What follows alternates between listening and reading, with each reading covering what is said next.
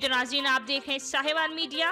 Rescue एहलकारों की एक दिन की तनख्वाह काटने पर एहलकारों में मायूसी की लहर। शहरियों का वजीर आजम से रेस्क्यू एहलकारों की खिदमात के पेश नजर डबल तनख्वाहें देने का मुतालबा। तफसीलात से आगाह करते चले, फ्रंट लाइन पर कोरोना से लड़ने वाले रेस्क्यू एहलकारों की दुगनी तनख्वाह के बजाय इनकी एक दिन की तनख्वाह काटने पर एहलकारों में मायूसी की लहर दौड़ पड़ी। शहरियों का वजीर आजम पाकिस्तान और वजीर आला पंजाब से रेस्क्यू एहलकारों की खिदमात के पेश नजर डबल तनख्वाहें देने का मुतालबा। हुकूमत ने हाई कोर्ट, वापडा, सेक्रेटेरिएट, सदारती अमला और फूड अथॉरिटी को फ्रंट लाइन पर काम करने पर दुगनी तनख्वाह देने का ऐलान किया है, जबकि हेल्थ प्रोफेशनल और रेस्क्यू 1122 की एक दिन की तनख्वाह काटी जा रही है, जो रेस्क्यू एहलकारों के साथ नाइंसाफी है।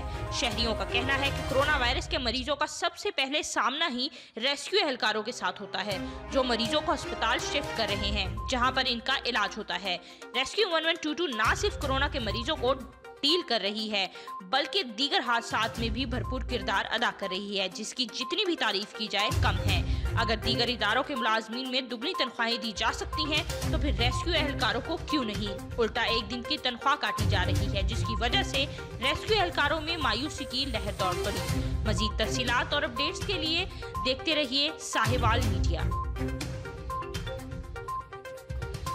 मजीद साहिवाल की खबरें जानने के लिए साहिवाल मीडिया की वेबसाइट को विजिट करें और हमारे साथ जुड़े रहने के लिए साहिवाल मीडिया के फेसबुक पेज को लाइक करें और यूट्यूब चैनल को सब्सक्राइब करें।